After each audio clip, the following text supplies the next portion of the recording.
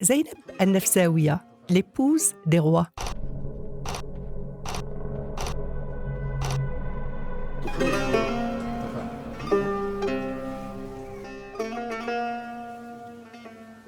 Belle, libre, d'une intelligence saisissante. C'est ainsi qu'est décrite celle qui allait marquer l'histoire pour son habileté et pour son rôle politique dans le milieu du XIe siècle. Elle s'appelle Zaynab bint Ishaq al-Nafsawiya. Concernant son nom ethnique, il renvoie aux Nfzawa, grande tribu qui résidait depuis l'Antiquité lointaine en Cyrénaïque, avant que certaines de ses branches ne progressent vers l'ouest, notamment dans le cadre de leur soulèvement contre les Vandales, puis contre les Byzantins, et plus tard dans le cadre de l'avancée de la conquête musulmane. Les Nfzawa laissent ainsi leur nom à ce qui est considéré comme leur berceau, au Jbel Nefoussa, au nord-ouest de la Libye, à Nefzawa, au sud-ouest de la Tunisie, à la localité de Nefzi au Maroc dans la région de Tanger, ou à Nefza dans la région de Arbawa. C'est au pied du Haut Atlas, précisément dans la ville antique d'Armat, que Zaynab a vu le jour, d'un père riche négociant originaire de Kérouan.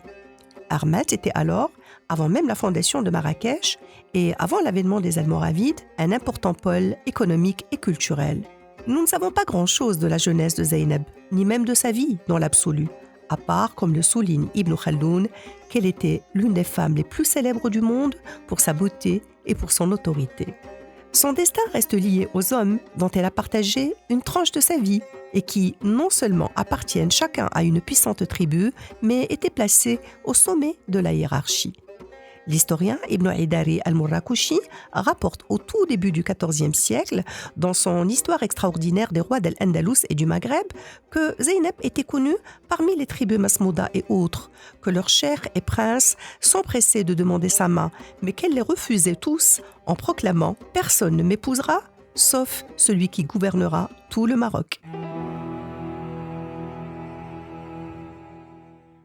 Zaynab a épousé d'abord le cheikh Youssef ben Ali ben Abdelrahman ben Wattas, chef de la tribu masmoudienne sédentaire des Ourika, sur le territoire de laquelle se trouvait la ville d'Armat et dont les Ourika auraient été les fondateurs avant l'islam.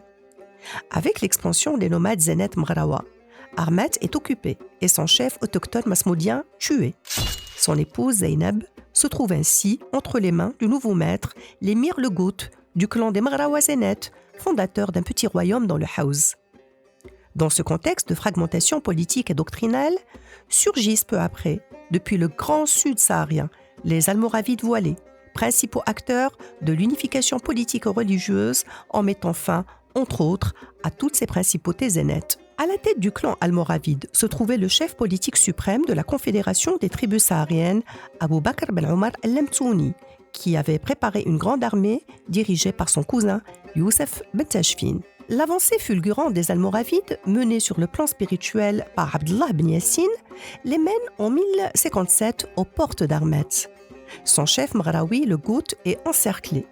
Il s'échappe de nuit chez ses parents zénètes, Beni Ifren, maîtres de Salé et de Tadla, avant d'en être tous expulsés 2 mois plus tard et d'être passés au fil de l'épée. Pendant ce temps-là, pour sa veuve Zaynab, l'histoire se répète. Elle se retrouve encore une fois comme un beau butin de ces temps de guerre dans la maison du nouveau chef, vainqueur de son époux, Abou Bakr ben Omar, avec lequel elle convole en 3e noces. Selon d'autres versions, elle serait restée un moment veuve avant que le pieux Abou Bakr n'entende parler d'elle entre 2 expéditions et ne finisse par l'épouser en bénéficiant de son influence et de sa fortune. Selon l'auteur du Bayan, Abou Bakr avait été surpris par tout ce qu'elle possédait comme or, argent et différents joyaux, tous mis généreusement à sa disposition et à celle du pouvoir naissant. Mais cette halte à Armat fait figure de simple repos du guerrier pour le seigneur almoravide. Bien vite, en 1061, il doit quitter la ville dans le cadre de ses expéditions dans le Grand Sud pour remettre de l'ordre au sein des tribus Gdala et Messoufa révoltées. Il consent alors à rendre la liberté à son épouse pour lui éviter une telle équipée à travers le désert. Il laisse par ailleurs la direction des affaires politiques et le territoire conquis à son cousin et lieutenant-général Youssef ben Tachfin al-Lamtouni avec la moitié des forces armées. Dans cette Armatz, ancienne fief d'un royaume zénète, puis nouvelle capitale de la puissance montante saharienne almoravide, Zeynep finit par épouser Youssef, considéré comme le premier véritable sultan de la dynastie. Mais comment faire face au retour imminent d'Abou Bakr? Ibn Haydari affirme que cette union avait été faite à sa demande. Marie-toi avec elle, c'est une femme qui porte chance, ce qui fut fait après le temps légal de 3 mois.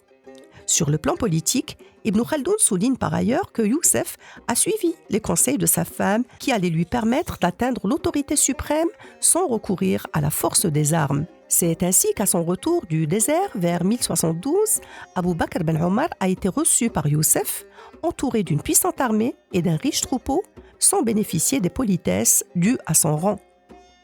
À quoi servent ces troupes, Youssef? Aurait demandé en substance Abou Bakr. Elles sont destinées à quiconque s'opposerait à moi. Et ces chameaux lourdement chargés, dit encore Abou Bakr, c'est ce que je possède comme richesse nécessaire à ta vie dans le désert. Bien entendu, Abou Bakr a saisi les allusions claires. Évitant l'affrontement, il fait des recommandations à son cousin en l'exhortant de craindre Dieu dans la conduite à l'égard de ses sujets et d'œuvrer avec justice et bienfaisance avant de s'en aller en direction du royaume de Ghana. Youssef avait le champ libre pour mettre sur pied les fondements de son nouvel État, érigé avec la mort d'Abou Bakr en vaste empire qui allait s'étendre du fleuve Sénégal à l'Espagne et de l'Atlantique à Alger, avec Marrakech comme capitale. En compagnie de son épouse Zeynep, continue les travaux de la forteresse de pierre Qasr al-Hajar, entamée par Abou Bakr à Marrakech, en y adjoignant une mosquée, la première de la ville et nouveau siège du pouvoir, situé à environ 40 km d'Armatz. On dit que c'est Zeynep qui avait conçu les plans de Marrakech en attendant le retour d'une expédition de son époux, lequel s'est empressé de bâtir la nouvelle capitale selon ses plans. On dit aussi que dans toutes les affaires politiques, petites ou grandes, Zeynep était consultée par son époux.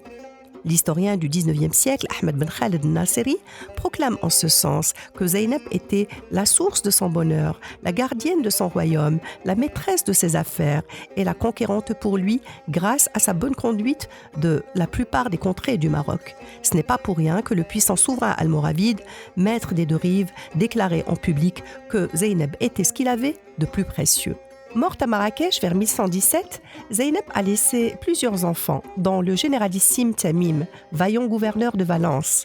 Elle a laissé aussi le souvenir d'une femme d'influence, bien plus imposante qu'une simple figure d'alcôve, qui a captivé son entourage et subjugué tant de princes